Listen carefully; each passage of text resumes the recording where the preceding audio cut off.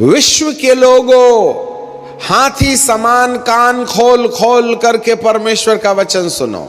3.5 साल के काल के अंदर में पवित्र प्रजा की शक्ति के टूटने के रहस्य के पीछे, जिसको अब तक मोहर किया गया था, उस मोहर के खोले जाने के वक्त जिस कॉन्सेप्ट को, जिस उद्देश्य को, जिस युक्ति को रखा गया है कि बहुत से लोग, सब नहीं, बहुत से लोग अपने आप को नंबर 1 निर्मल करेंगे, नंबर 2 उजले करेंगे, नंबर 3 निर्मल और उजले होने के बाद वे स्वच्छ हो जाएंगे। ये कॉन्सेप्ट है 3.5 साल का। परंतु एक और दुखदाई बात यह है, लिखा है परंतु दुष्ट लोग दुष्टता ही करते रहेंगे। दुष्ट लोग दुष्टता ही करते रहेंगे और दुष्टों में से कोई ये बातें नहीं समझेगा। किताब के ऊपर लगी मोहर के खोलने से धरतीलोक में जो कुछ भी होगा, इस बारे में दुष्ट लोगों को कुछ समझ में नहीं आएगा।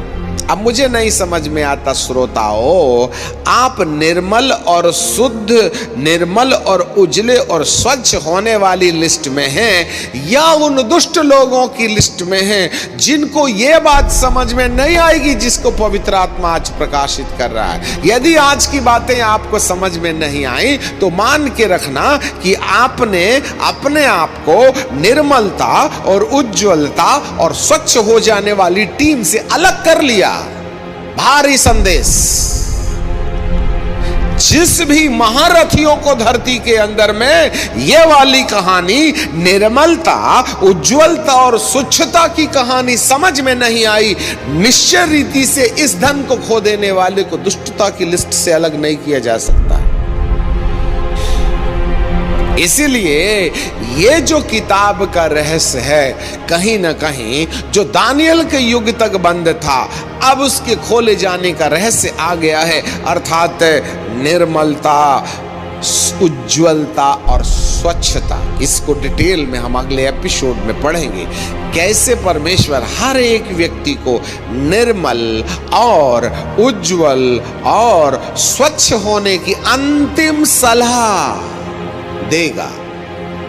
और इस सलाह को भी नहीं माना तो दुष्ट लोग दुष्टता में बने रहें, बुद्धिमानों की लिस्ट से हट करके मूर्खता की लिस्ट में आ जाएं, तो उनको समस्या का सामना तो करना पड़ेगा ही पड़ेगा। दिस इज द अंतिम चेतावनी। स्वच्छता का एक बार और चांस है। 3.5 साल का काल स्वच्छता के लिए है, 3.5 बरस स्वच्छता के लिए। इसलिए 20, 21, 22, 22.5। अब हम इसको कैसे जोड़ेंगे, आपको अगले एपिसोड के लिए ठहरे रहना पड़ेगा। बाइबल का परमेश्वर कहता है दुष्टों में से कोई ये बात नहीं समझ पाएगा दानियल की किताब में, परंतु जो बुद्धिमान है वही समझेगा।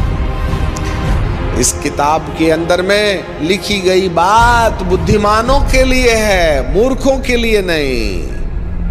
प्रकाशित वाक्य में 5वें अध्याय में पिता के हाथ में रखी किताब में जो कुछ भी लिखा है, जो खोलने के उसके ऊपर में डली 7 मोहरों के खोलने के बाद समझ में आएगी, ये समझ बुद्धिमानों के लिए है, मूर्खों के लिए नहीं है। जी हाँ।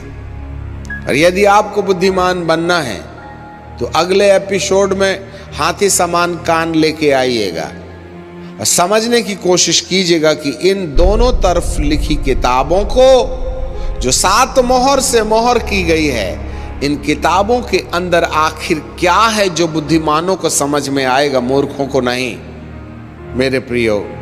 क्योंकि बुद्धिमान निर्मलता, उज्ज्वलता और स्वच्छता पर ध्यान देंगे, और जो निर्मलता, उज्ज्वलता और स्वच्छता को बाईपास कर देगा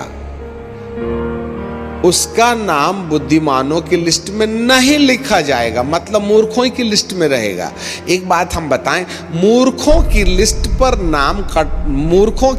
पर नाम लिखवाने की जरूरत नहीं है।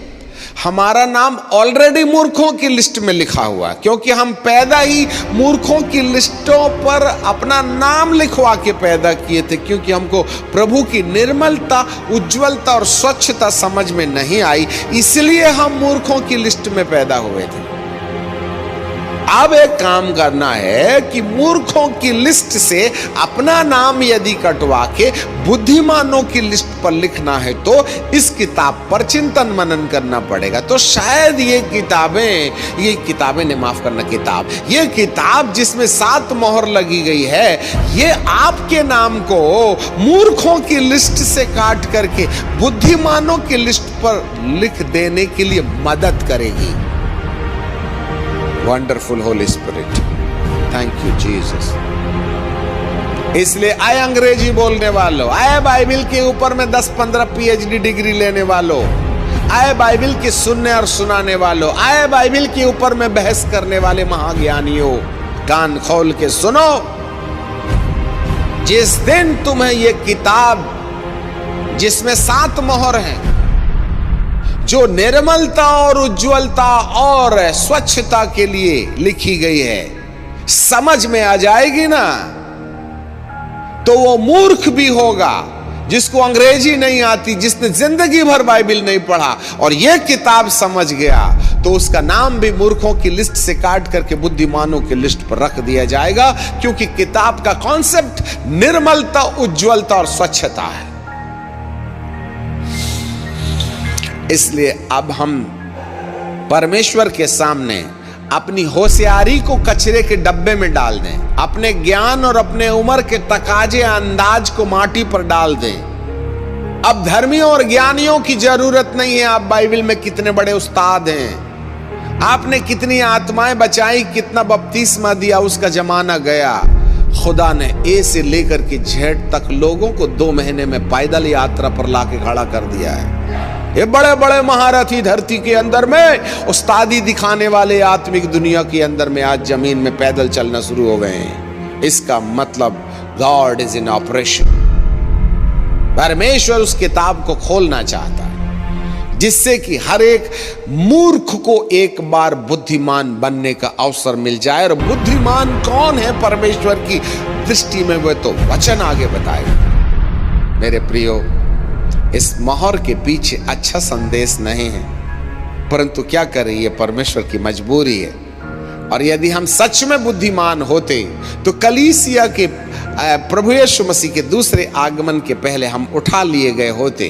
परंतु यहाँ जो लोग हैं, चाहे वे मिस्री हों, चाहे वे असुरी हों, चाहे वे इजरायली हों, वे सब लोग कहीं ना कहीं जो दूसरे आगमन में उठाए जाने में रह गए, उन तमाम लोगों को बुद्धिमानों की लिस्ट पर नहीं रखा जा सकता है, नहीं तो वे यीशु के संग उठा लिए गए होते।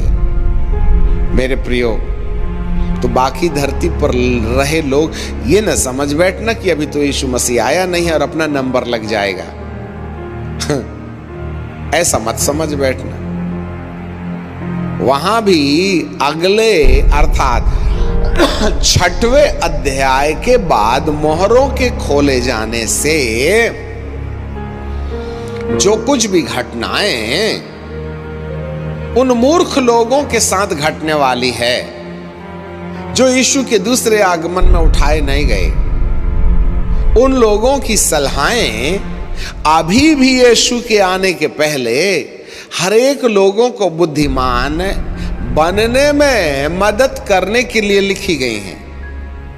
अब यह मत समझ बैठना कि 5वें अध्याय के बाद की कहानी जब यीशु के आने के बाद लागू होगी, तो जब हम उठा लिए जाएंगे तो यीशु के बाद होने वाली घटनाओं पर माथा खपाकर अपना समय क्यों बर्बाद करें। वो तो उठाए जाने के बाद पापी लोग रह जाएंगे, उनके जीवन पर लागू होगी। हे प्रभु, हमको तो पूरी खातिरी और भरोसा है कि आप तो हमको आएंगे और लेकर के चले जाएंगे। ऐसा मानने वालों को थोड़ा सेला लगा के रुकना चाहिए कि रिजर्वेशन हुआ है भी कि नहीं। इसलिए आप जो नए नियम की कलीसिया में हैं और रैप्चरेशन के पहले अर्थात कलीसिया के उठाए जाने के पहले अभी भी धरती पर हैं, तो ये समझ करके कि 5वां अध्याय और 6वां अध्याय मुझ पर लागू नहीं होगा बोलकर के इस पर चिंतन मनन करने के लिए विराम दे देने की मूर्खता ना करें, वरन इसको समझ लें। जो आपको रैप्चरेशन के पहले कलीसिया के उठाए जाने के पहले सांकेतिक रूप में आपको तैयारी में मदद देंगे। कहीं ऐसा ना हो कि प्रकाशित वाक्य को समझ में नहीं आता बोल के सिर से खारिज करने के द्वारा जो चांस बचने का था वो भी खो दें। आप नहीं समझ में आया तो उसको उठा के रद्दी की किताब में ना डाल दें, वरन परमेश्वर के चरणों में ठहरें कि ये समझ में नहीं आ रहा तो मुझे क्या करना चाहिए, जिससे कि इसके पीछे वार्निंग, इसके पीछे चेतावनी, इसके पीछे मूर्खों को बुद्धिमान बनाने की जो प्रक्रिया छुपी हुई है यीशु के आने के पहले हमारे जीवन में भी लागू होगी। मेरे प्रियो, इसलिए इस किताब को प्रारंभ में ही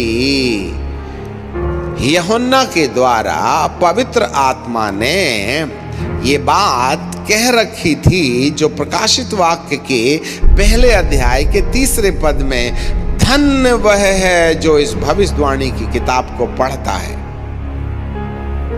और जो उसको सुनते हैं और इसकी लिखी हुई बात को मानते हैं। इसका मतलब है जो इसको ना पढ़े, समझ में आवे और ना आवे ये प्रॉब्लम नहीं है। जिसने नहीं पढ़ा वह धन्यता की संपत्ति खो दिया। जिसने नहीं सुना और कान बंद कर लिए, ढक्कन लगा लिया, आपने धन्यता की संपत्ति खो दी। और जो इस बात को मानने के लिए तैयार नहीं है, उन्होंने भी धन्यता खो दिया। इसका मतलब आप बुद्धिमान नहीं बनना चाहते हैं, मूर्ख ही बने रहना चाहते हैं। Those who are bypassing the book of Revelation, they are fool like anything on the face of this earth.